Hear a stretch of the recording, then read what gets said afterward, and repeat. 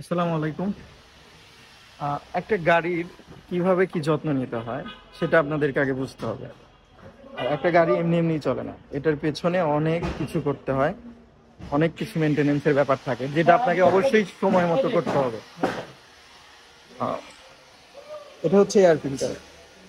এটা আপনাকে মাস্ট প্রত্যেকটা মেনটেন্সেই চেঞ্জ করতে হবে। এর সাথে আরো অনেক কিছু আছে। এটা হচ্ছে এসি ফিল্টার,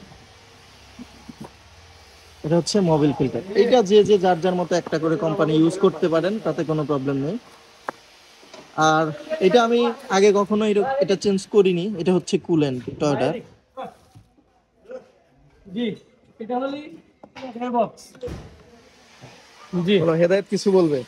কি বলবো স্যার, হ্যাঁ বলো, কি করলা মনের তুমি ভিতরে এখন? বলে এটা কি গেল। চেঞ্জ করলা? এয়ার ফিল্টার চেঞ্জ করলাম। Air filter. জি, আচ্ছা। আর আর একটা বিষয় হলো, চেষ্টা করবেন মেনটেনেন্সেই আপনার ব্রেক শো গুলো, ব্রেক প্যাড গুলো চেক করার। যেমন আমার পেছনের ব্রেক শো নষ্ট হয়ে গিয়েছে, এটা চেঞ্জ করতেই হতো মাস্ট।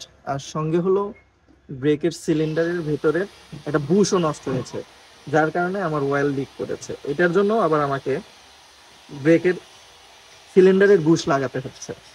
আর এই হলো ব্রেক শো। আমি পিছনের এক জোড়া ব্রেক শো ধরে চেঞ্জ করে নেবো ইনশাল্লাহ। তো এই হলো অবস্থা।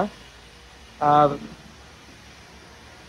ইঞ্জিনের কিছু ব্যাপার স্যাপার থাকে যেগুলো আপনাকে অবশ্যই মেনটেন করতে হবে। আচ্ছা, আমার এই যে এইটাও এখানে দেখেন, এই যে এইটা হলো ডান পাশের পিছনের ব্রেক শো। এটা আসলে অনেকটা ক্ষয় হয়ে গেছে, এটা চেঞ্জ না করলেই নয়, তাই এটাকে চেঞ্জ করলাম।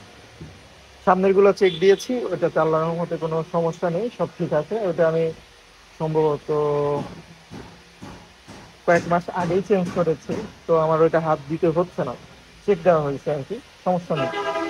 আর ইঞ্জিনের মধ্যে কিছু ব্যাপার থাকে, ধরেন আপনার মাইলেজের ব্যাপার থাকে, মাইলেজ বেশি দিচ্ছে না বা গাড়ি কাঁপাকাঁপি করছে, সেই ক্ষেত্রে আপনাকে অবশ্যই ইঞ্জিনের কিছু জিনিস আছে যেগুলোকে ওয়াশ করতে হবে। এটা আপনি কোনো ভালো একটা আহ, গাড়ির অ্যানালাইসিস সেন্টারে নিয়ে গেলে ওরা এটা করে দিবে ইনশাল্লাহ।